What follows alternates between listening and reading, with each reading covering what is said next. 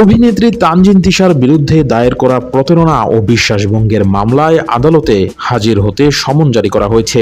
মামলার পরবর্তী শুনানির জন্য আগামী 13 আগস্ট তাকে হাজির হওয়ার নির্দেশ দেন আদালত।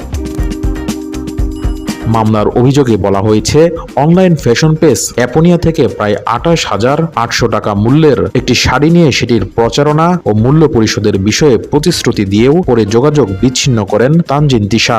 এই ঘটনায় তার বিরুদ্ধে প্রতারণা ও বিশ্বাসভঙ্গের অভিযোগ আনা হয়। তবে এই অভিযোগ অস্বীকার করে এর আগে সামাজিক মাধ্যমে তানজিন তিশা দাবি করেছিলেন শাড়িটি তাকে উপহার দেওয়া হয়েছিল।